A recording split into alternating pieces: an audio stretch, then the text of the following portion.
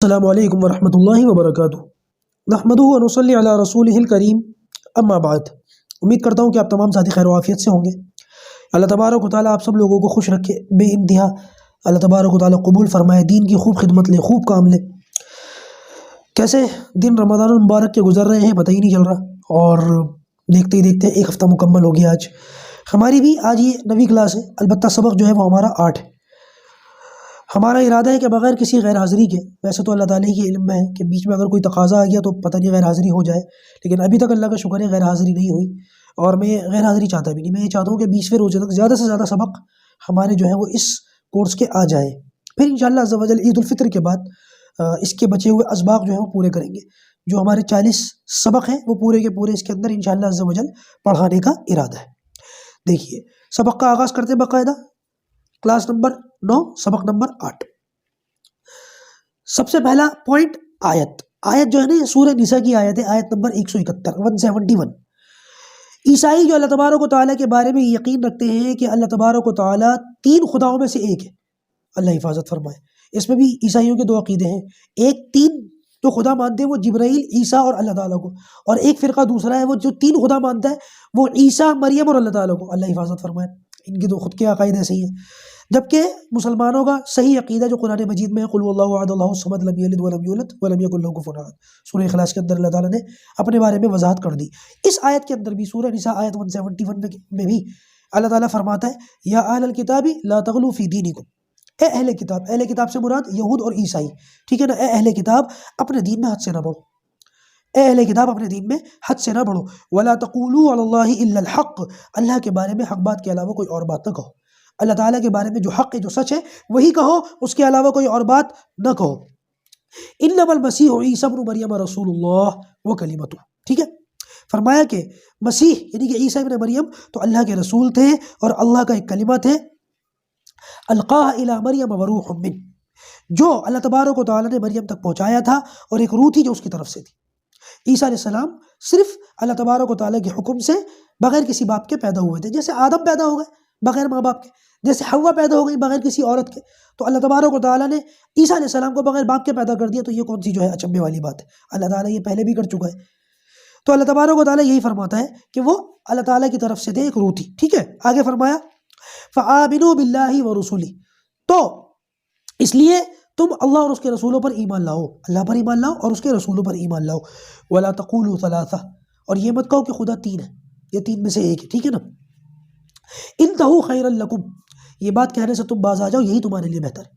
اللہ تبارک و تعالیٰ فرما رہا ہے، یہ جو تم کہتے ہو نا، اس کے کہنے سے تم باز آ جاؤ، یہی تمہارے لیے بہتر ہے۔ انما اللہ الہ واحد، اللہ تعالیٰ تو ایک ہی معبود ہے، سبحانہ ان یکون لہ ولد، اللہ اس سے پاک ہے کہ اس کا کوئی بیٹا ہو، ٹھیک ہے نا۔ اللہ تعالیٰ تو ایک ہی معبود ہے اور اللہ اس بات سے پاک ہے کہ اس کا کوئی بیٹا ہو۔ لہ ما فی السماوات و ما فی الارض، آسمانوں میں زمین میں جو کچھ ہے اسی کا ہے، سب کچھ اللہ تبارک و تعالیٰ کی ملکیت ہے۔ وکفیٰ باللہ وکیلا، اور اس سب کی نگہبانی کے لیے اللہ ہی کافی ہے۔ اس سب کا جو نظام ہے، اس کا جو معاملہ جو چل رہا ہے، کائنات کا جو نظام چل رہا ہے، سب اللہ تبارک و تعالیٰ اس کے لیے کافی ہے، اللہ تعالیٰ کو کسی اور کی ضرورت نہیں ہے۔ بھائی بیٹا بیوی اسی کی ہوگی جس کو ضرورت ہے، اور اللہ تعالیٰ کو ضرورت ہی نہیں ہے۔ اچھا بھائی، پوائنٹ نمبر 2، صحیح بخاری کی یہ روایت ہے، جلد number 2 page number 1097، page number 1097، جلد نمبر 2۔ دیکھیے اللہ تبارک و تعالیٰ کے بارے ہی میں یہ حدیث ہے، یہ جو عقیدہ بھی ہم نے پڑھا اسی کے بارے میں یہ حدیث بھی ہے۔ حضرت ابو موسیٰ اشعری رضی اللہ تعالیٰ عنہ سے روایت ہے کہ رسول اللہ صلی اللہ علیہ وسلم نے ارشاد فرمایا، تکلیف دہ بات کو سن کر صبر کرنے والا، ایسی بات جس کو سن کر تکلیف ہوتی ہو اور اس بات کو سننے کے بعد پھر صبر کر لے، اللہ سے بڑھ کر کوئی نہیں ہے۔ سب سے زیادہ اللہ تبارک و تعالیٰ صبر کرتا ہے، اس کائنات میں سب سے زیادہ صبر کرنے والا کون ہے؟ اللہ تبارک و تعالیٰ، کہ وہ تکلیف دینے والی بات کو سنتا ہے اور پھر اس کے بعد صبر کرتا ہے۔ کہ لوگ اللہ تعالیٰ کے لیے اولاد کا دعویٰ کرتے ہیں، وہ پھر بھی انہیں عافیت میں رکھتا ہے اور انہیں رزق دیتا ہے۔ لوگ کہتے ہیں کہ اللہ تعالیٰ کے لیے اولاد ہے، معاذ اللہ، یہ اللہ تعالیٰ کو گالی دینا ہوا، اور اللہ تعالیٰ یہ بات سنتا ہے، اس کے باوجود اس زمین آسمان کا نظام ایسے ہی چلتا ہے، کوئی زلزلہ نہیں آتا، زمین نہیں پھٹتی، اور پھر بھی سورج نکلتا ہے، بارشیں برستی ہیں، غلے نکلتے ہیں، اور اللہ تعالیٰ ان کہنے والوں کو بھی کھلاتا اور پلاتا ہے۔ افسوس، اللہ تعالیٰ ان لوگوں کو ہدایت ہے۔ پوائنٹ نمبر 3، اللہ تبارک و تعالیٰ کا عدل اور فضل۔ عدل یہ اللہ تعالیٰ کا انصاف ہے، اور فضل یہ اللہ تعالیٰ کا ایک طریقے سے کرم ہے ہمارے اوپر، جو اللہ تعالیٰ سب کے اوپر کرتا ہے، ٹھیک ہے نا۔ عدل اور فضل سمجھے، دیکھیے اللہ تعالیٰ جس طرح بندوں کے خالق ہیں اسی طرح بندوں کے افعال کے بھی خالق ہیں. افعال یعنی کہ ہمارے جو کام ہم کرتے ہیں نا، جو کام ہماری باڈی سے ہوتے ہیں، وہ ان کو بھی جو ہے نا اللہ تبارک و تعالیٰ ہی نے پیدا کیا ہے. ابھی میں سمجھاتا ہوں کیسے. البتہ بندوں کے بعد افعال اضطراری ہیں جس میں بندے کے ارادے، اختیار، خواہش اور رغبت کا دخل نہیں ہوتا. بعض چیزیں ایسی ہیں جو ہمارے ہاتھ میں نہیں ہے، ہمارے کنٹرول میں نہیں ہے، وہ اللہ تعالیٰ کی طرف سے. اور اس کے علاوہ کچھ افعال اختیاری ہیں جن میں بندے کے طبعی شوق اور رغبت یا طبعی نفرت اور کراہت کا دخل ہوتا ہے. یعنی کہ بعض افعال ایسے ہیں جن کا ہمارے ہاتھ میں اختیار اللہ تعالیٰ نے دے رکھا ہے. بعض چیزوں کا اختیار اللہ تعالیٰ نے اپنے ہاتھ میں لے رکھا ہے، اور بعض چیزوں کا اختیار اللہ تعالیٰ نے ہمیں دے رکھا ہے وقتی طور پر. اور اسی وجہ سے ہم جو اچھا کام کرتے ہیں ہمیں اس پر اجر ملتا ہے، اور ہم جو برا کام کرتے ہیں اس پر ہمیں گناہ ملتا ہے اور عذاب دیا جائے گا. اب اس کو اچھی طریقے سے سمجھیں. جو کام اللہ تعالیٰ کے اپنے ہاتھ میں ہے اور جس کا جو ہے ہمارے پاس مجبور ہے، ہمارے ہاتھ میں کوئی میٹر نہیں ہے، وہ ایسا ہے جیسے ہماری زبان میں بولنے کی طاقت. اب بولنے کی طاقت اللہ نے دی ہے، دماغ کے اندر سمجھنے کی طاقت اللہ نے دی ہے. اب میں اس زبان سے قرآن کی تلاوت کرتا ہوں یا ذکر کرتا ہوں، یہ تو میرے ہاتھ میں. یا گالی دیتا ہوں، بری بات کرتا ہوں، غیبت کرتا ہوں، تو یہ بھی میرے ہاتھ میں. تو بولنا یہ اللہ تبارک و تعالیٰ کی دی ہوئی طاقت ہے، لیکن اس سے حق بولنا، سچ بولنا، صحیح بولنا یہ میرے اختیار میں. اسی طریقے سے مجھے بھوک کا لگنا، پیاس کا لگنا یہ میرے ہاتھ میں نہیں ہے. ایسا نہیں ہے کہ جب میں چاہوں گا تب مجھے بھوک لگے گی، جب میں چاہوں گا تب مجھے پیاس لگے گی، جب میں چاہوں گا تب مجھے نیند آئے گی. تھکاوٹ، غصہ، یہ ساری کی ساری چیزیں، کیفیات اللہ تبارک و تعالیٰ نے میرے سسٹم کے اندر ڈالی ہے، وہ میرے ہاتھ میں نہیں ہے، وہ اللہ تبارک و تعالیٰ کے ہاتھ میں. لیکن ان چیزوں کا میں کس طریقے سے استعمال کرتا ہوں اور اپنے لیے کس راستے کو میں اختیار کرتا ہوں، یہ میرے ہاتھ میں ہے. اسی لیے اللہ تبارک و تعالیٰ نے آخرت میں عذاب کا اور انعام کا سسٹم رکھا ہے کہ جو نیک کام کرے گا اللہ تبارک و تعالیٰ اس کو کامیاب فرما دیں گے، اور جو برا کام کرے گا اس کے لیے پھر آخرت میں جہنم ہے اور عذاب ہے. یہ اللہ تعالیٰ کا عدل ہے. البتہ اللہ تعالیٰ اپنے فضل سے جس گناہ گار کو چاہے معاف کر دے. اسی لیے اللہ تعالیٰ سے ہدایت مانگنی چاہیے، مغفرت مانگنی چاہیے. ٹھیک ہے نا. تو یہ پوائنٹ نمبر 3 تھا. تھوڑا سا میں نے سوچا آسان کر کے سمجھانے کی کوشش کروں. اچھا بھائی، ہم جو غسل کرتے ہیں، مسئلہ سمجھ لیجئے. پوائنٹ نمبر 4 غسل.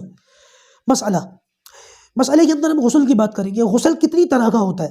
ہم جو غسل کرتے ہیں تو اس میں کون سا غسل فرض ہوتا ہے، کون سا غسل جو ہے وہ سنت ہوتا ہے، اور کون سا غسل مستحب ہوتا ہے. کس وقت غسل کریں گے تو ضروری ہوگا، کس وقت غسل کریں گے تو سنت میں شمار ہوگا، اور کس وقت غسل کریں گے تو یہ مستحب سمجھا جائے گا.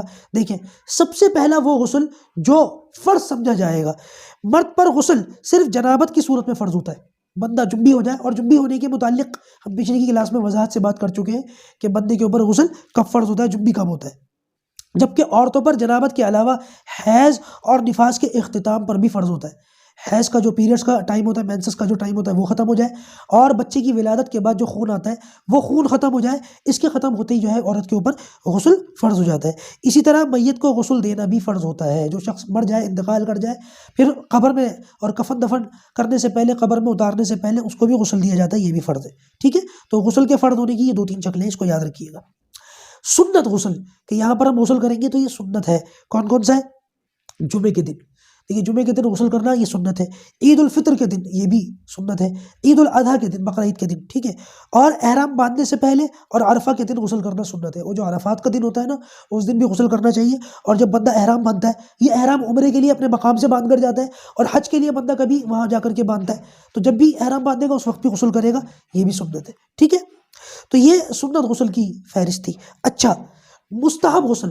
کون سا غسل ایسا ہے کہ جب یہ غسل کرا جائے تو یہ مستحب ہوتا ہے؟ خوف کے وقت، جب بندے کو ڈر لگ رہا ہو، خدا نخواستہ کوئی ڈر کی کیفیت ہو، خوف کی کیفیت ہو، اس وقت.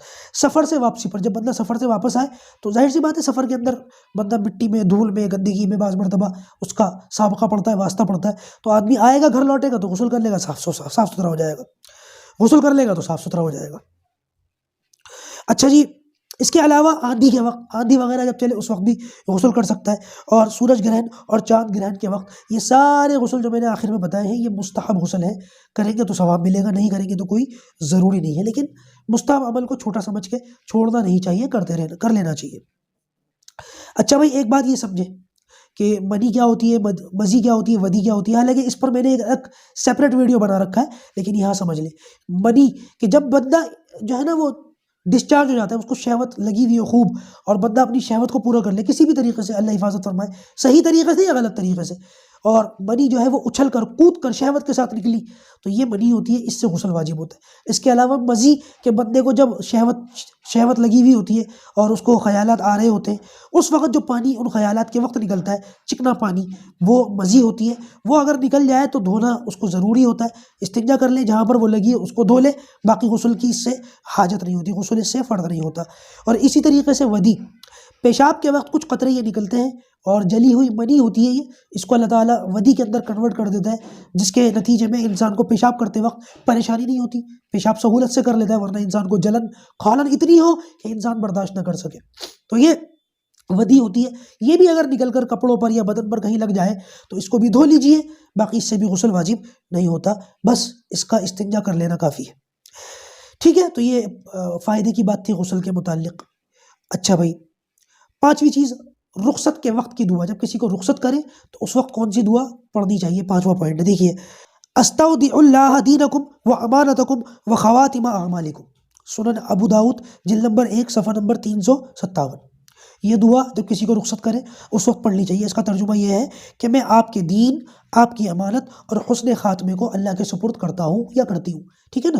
تو یہ دعا یاد کریں جب کسی کو رخصت کیا کرے، سفر پر بھیجا کرے، یا بچے کو کہیں مدرسے وغیرہ بھیجا کرے، یا اس قسم کا کوئی معاملہ ہوا کرے، گھر سے جاتے ہوئے شخص کے لیے یہ دعا کیا کرے، بہت مفید دعا ہے اور بہت اچھی دعا ہے۔ پروردگار ان باتوں پر ہمیں عمل کی توفیق عطا فرمائے۔ آج ہماری کلاس یہی مکمل ہوتی ہے، انشاءاللہ اگلی کلاس کل لے کر کے حاضر ہوں۔